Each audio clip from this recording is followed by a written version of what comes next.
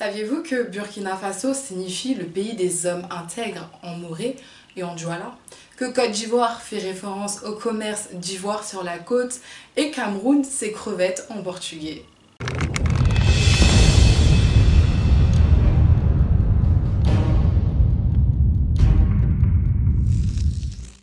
Ah oui, mon rouge à lèvres vient de la marque Eben's Garden. D'ailleurs, j'ai reçu une box. Je l'ai mis dans mon Instagram, je l'ai introspecté. Si vous voulez aller voir sur Bibignaz, sur Instagram. Voilà, Eben's Garden. L'origine du nom de chacun de vos pays là, qui ont été coupés comme un gâteau, cache une histoire liée à son passé colonial ou au peuple ou aux tribus locales. Commençons par l'Afrique du Sud, nom provenant de sa position géographique, mais les premiers colons néerlandais à s'implanter dans la région la surnommèrent simplement Zuid-Africa. Algérie, le nom vient de la ville d'Alger, du mot arabe Al-Ghazal, signifiant les îles, et se référant aux 4 îles au large de la ville. L'Angola, alors de Ngola, qui était un titre utilisé par le monarque du royaume de Ndongo. Les Portugais l'ont nommé comme ça en l'honneur d'un Ngola, qui était leur allié. Bénin, alors vient de la prononciation portugaise du mot Tsekere Binu, qui signifie capitale ou siège de la royauté et qui désigne la capitale du royaume du Bénin. Alors le Botswana, nommé d'après le groupe ethnique le plus important du pays, les Tswana. Burkina Faso, alors le Burkina Faso était autrefois appelé Haute-Volta. Le 4 août 1984, Thomas Sankara a changé Haute-Volta en Burkina Faso, qui veut dire pays du peuple se tenant droit, pays des hommes intègres, pays des incorruptibles. Donc Burkina vient de la langue morée et Faso du douala. C'est la combinaison en gros de leurs 2 langues principales. Ce changement de nom est très symbolique car c'était destiné à rompre avec le passé colonial. Burundi, alors de la langue locale signifiant pays de ceux qui parlent Kirundi. Cameroun, alors vient du portugais Rio de Camarões, qui veut dire rivière de crevettes, qui était le nom que les explorateurs portugais avaient donné au fleuve Wouri au XVe siècle. Ils s'extasiaient de l'abondance de crevettes que contenait ce cours d'eau. Donc les marins anglais adoptèrent ce nom en le rendant plus anglophone, Cameroun, d'où provient le nom actuel Cameroun. Le Cap-Vert, le nom du Cap, donc Cabo Verde, a été donné en 1444 par le navigateur portugais Gini Diaz. C'était en rapport avec cette végétation luxuriante qu'avait ce promontoire. Donc en gros, c'est en raison de sa richesse végétale, donc c'est tout le vert qu'on voit. Centrafrique, alors le nom provenant de sa position géographique située au centre du continent africain, donc Centrafrique. Boganda, premier président centrafricain, baptisa ainsi son pays après sa tentative infructueuse de créer un État unissant l'ensemble de l'Afrique équatoriale. Son territoire devait comprendre tout le Gabon, le Congo-Brazza, la République démocratique du Congo, le Tchad et l'actuel territoire centrafricain. Donc cette idée des États-Unis d'Afrique latine était une stratégie pour rendre plus forts les territoires de la sous-région en vue d'aboutir plus tard à l'union de tous les États africains.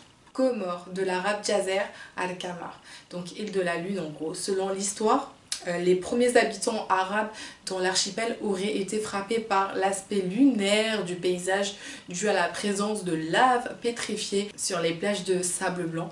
Éblouis par la luxuriante et la beauté de l'archipel, ces marins l'auraient désigné pour l'appellation Jazar al-Kamar, qui signifie littéralement île de la Lune. Congo, alors nommé par rapport au royaume Congo. République démocratique du Congo, alors nommé d'après le royaume Congo aussi, mais avant République démocratique, s'appelait Zaïre, qui venait du portugais Zaïre, une adaptation du mot Congo Nzere ou Nzanji, le fleuve qui avale tous les fleuves. Là, je pense que ça faisait référence au fleuve Congo, la frontière naturelle qui sépare les 2 capitales les plus proches au monde, Brazza et Kinshasa.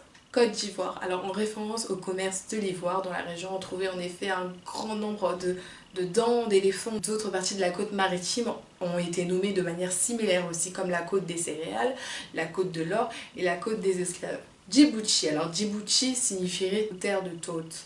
C'est le dieu égyptien de la lune. Égypte, alors dans la mythologie grecque, Égyptos était un roi africain qui s'empara du territoire auquel il donna son nom. L'Égypte a aussi été connue dans le passé sous l'appellation du KMT, puis Kemet et Kamit, ce qui signifiait terre noire, en référence au peuple noir qui habitait dans la région dans les temps anciens. hérité. Alors ce pays doit son nom à la mer Rouge, qui est le bord du côté oriental. En effet, à la fin du XXe siècle, les colons italiens lui donnèrent le nom latin utilisé pour désigner la mer Rouge. Ainsi, hérité signifie littéralement la mer Rouge. Swaziland, alors 50 ans après l'indépendance, le roi Mswati III change le nom de son pays.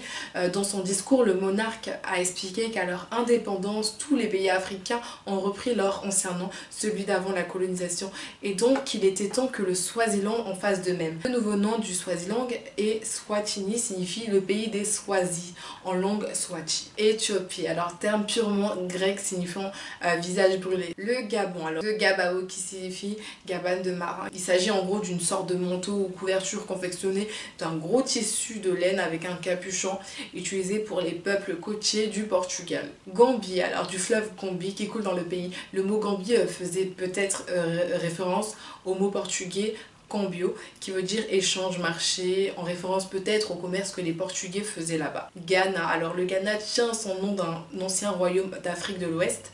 Sous la colonisation britannique, dès la fin du XXe siècle, ce pays fut appelé Gold Coast en anglais, Costa do Ouro en portugais, Côte de l'Or en français, parce qu'ils trouvaient ce métal précieux en abondance. Alors que le territoire se préparait à accéder à l'indépendance, l'historien et politicien Joseph Kwan proposa de rebaptiser Ghana afin de marquer une rupture avec le passé colonial et d'adopter une dénomination plus panafricaine conformément au passé historiquement glorieux du pays. Cette proposition reçut la bénédiction de tous les indépendantistes ghanéens qui militaient pour un panafricanisme s'appuyant sur l'idée d'une Afrique unie et très forte. Le 6 mars 1957, jour de l'indépendance, Kwame Nkrumah décida d'abandonner le nom Gold Coast au profit de Ghana. L'empire qui avait porté ce nom du 4e au 13e siècle environ, l'empire du Ghana n'a pas de lien géographique et historique direct avec le Ghana. Celui-ci était situé plus au nord, donc dans une région sahélienne qui englobait le Sénégal, la Mauritanie et le Mali. Guinée, alors le nom Guinée est ancien. Dès le 15e siècle, les Européens l'utilisaient pour désigner la côte occidentale de l'Afrique. Les Anglais baptiseront en 1662 Guinea, une pièce de monnaie, frappée avec de l'or provenant de la dite côte. Guinée-Bissau, alors la légende raconte que les Portugais ont débarqué à cet endroit et demandaient aux Balantas, ethnie locale, rencontrée sur les lieux, le nom du territoire situé au-delà de la rivière. Ceux-ci auraient répondu « Bassao !» La terre des Bassao, la terre des Psao, ce que les Portugais auraient retranscrit en Bissau. Guinée équatoriale, alors ce pays a été nommé ainsi en référence à son ancienne appellation de région équatoriale. Kenya, alors il tient son appellation du mont Kenya ou Kenya, dont le nom provient de Kikuyu, Kere Nunga, signifiant montagne blanche. Les différentes tribus ont des appellations distinctes pour le mont Kenya. Les Ambous l'appellent Kirenya, ce qui signifie montagne de la blancheur. Les Maasai, montagne blanche, et la montagne tachetée.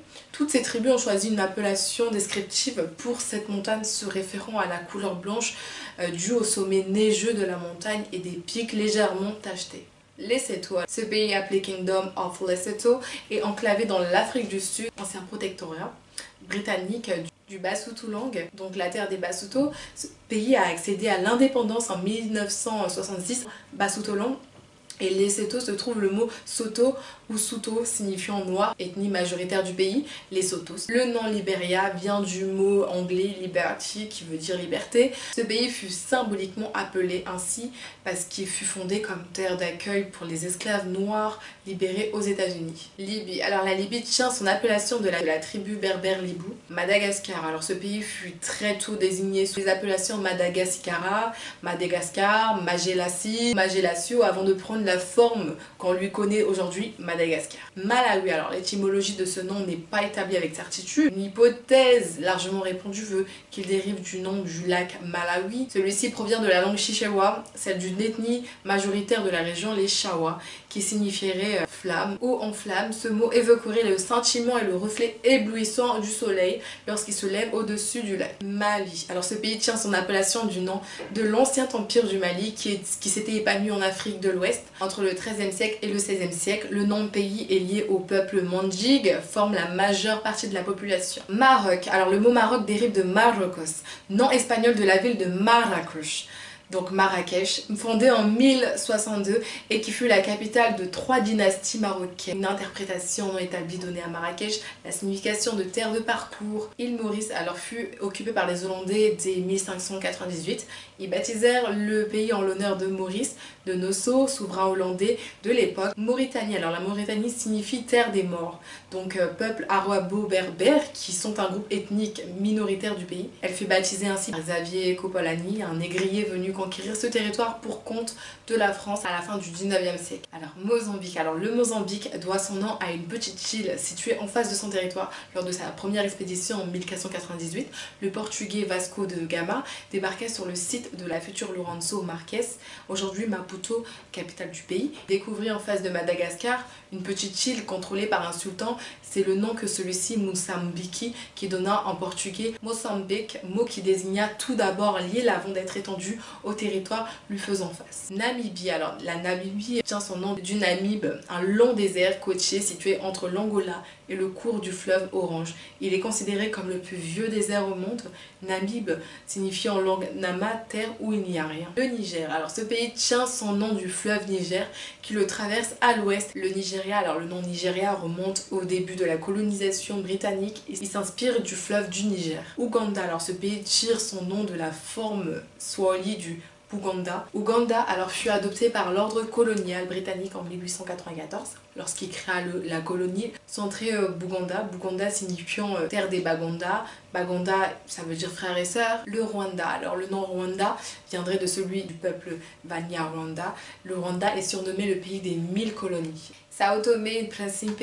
Alors l'île de Sao Tomé fut nommée ainsi par des explorateurs portugais qui découvrirent l'une d'entre elles le jour de la Saint-Thomas, qui se dit Sao Tomé en portugais. L'île des Principe fut appelée à l'origine Santo Antão, probablement parce qu'elle fut découverte le jour de la Saint-Antoine, le 17 janvier de l'année 1471, puis son nom fut changé en Île do Príncipe, donc Île du Prince, en 1502 en référence du prince portugais à qui l'on payait les taxes sur le sucre produit sur l'île.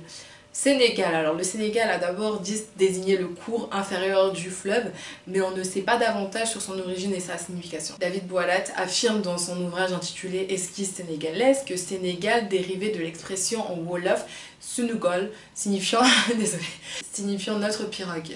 Seychelles, alors l'archipel fut nommé en référence du vicomte Morceau de Seychelles, donc contrôleur général des finances de Louis XV entre 1754 et 1756. L'orthographe de l'époque Seychelles a évolué pour donner aujourd'hui Seychelles. Sierra Leone, alors ce pays doit son nom au navigateur portugais Pedro de Sintra au début des années 1940.